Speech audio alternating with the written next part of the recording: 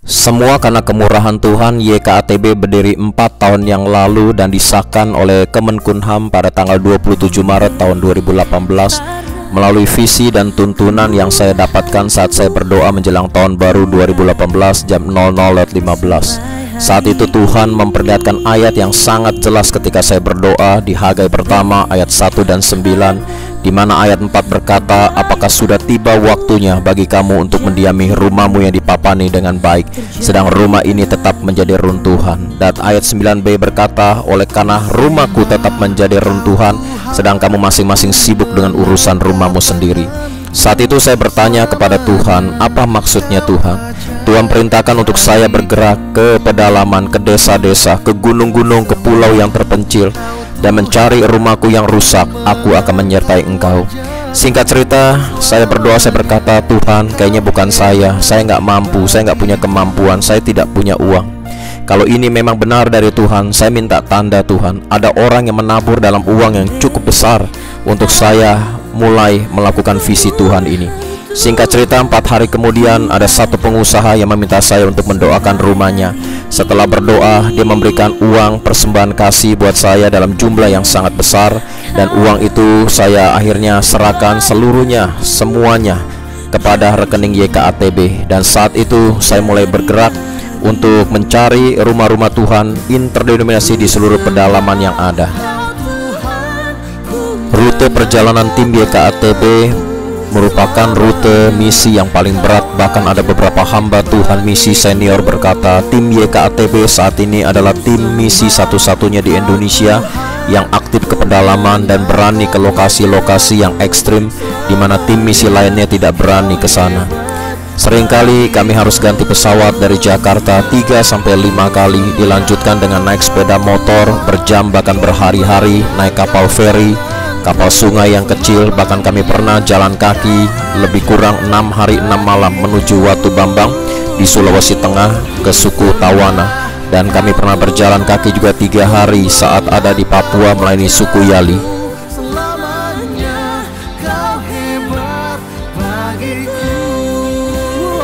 Kami bersyukur kepada Tuhan bisa mengunjungi para pejuang iman, para hamba Tuhan di pedalaman yang ada di garis depan, yang berjuang untuk penginjilan. Seringkali hamba-hamba Tuhan ini luput dari perhatian kita, gereja-gereja yang ada di kota besar. Para hamba Tuhan di sana sungguh melayani dengan murni, kadang tanpa persembahan kasih.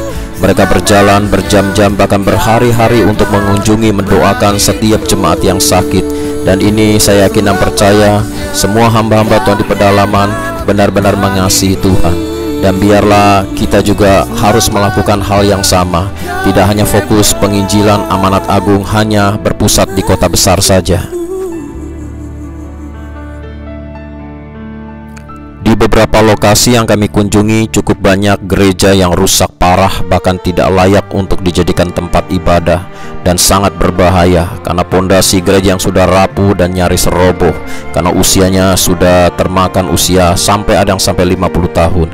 Kehadiran YKATB menjadi penghiburan dan pertolongan bagi gereja-gereja di pedalaman, di mana YKATB merenovasi dan membangun kembali gereja yang rusak, yang tidak layak dan menjadi layak untuk tempat ibadah. Kehadiran YKATB bukan sekedar membangun gereja, tapi kami juga melakukan pengajaran, KKR, memberi bantuan obat-obatan, bibit tanaman, bahkan alat-alat yang digunakan untuk pertukangan, dan cukup banyak jiwa-jiwa yang akhirnya dibaptis dan menerima Yesus Kristus sebagai Tuhan dan Juru Selamat pribadi. Bahkan ada beberapa kepala suku yang kami injili dan akhirnya bertobat dan kami baptis di lokasi yang sama.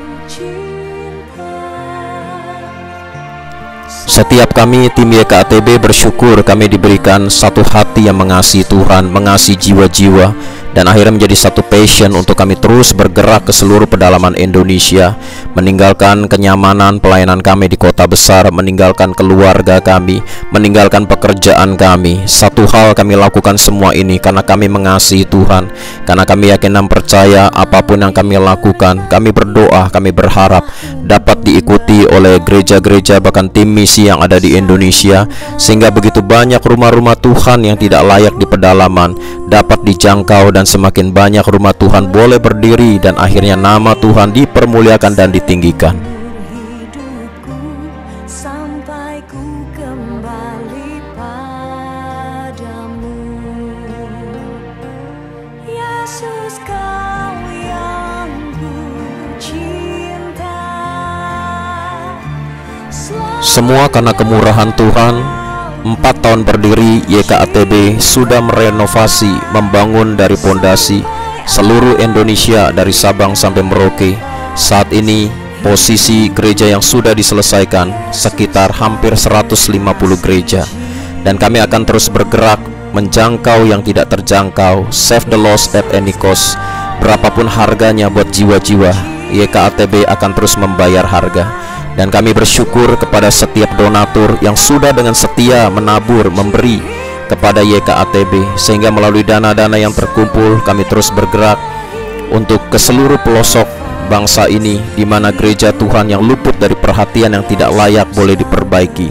Terima kasih kami ucapkan. Saya selaku founder YKATB mengucapkan banyak terima kasih sekali lagi kepada semua donatur yang ada, yang sudah dengan setia menabur bagi pekerjaan Tuhan di ladangnya yang tepat. Dan saya ucapkan sekali lagi selamat ulang tahun bagi YKATB yang keempat. Biarlah YKATB akan terus bergerak mencapai 1000 gereja sesuai tuntunan yang Tuhan berikan kepada saya secara pribadi. God bless you all.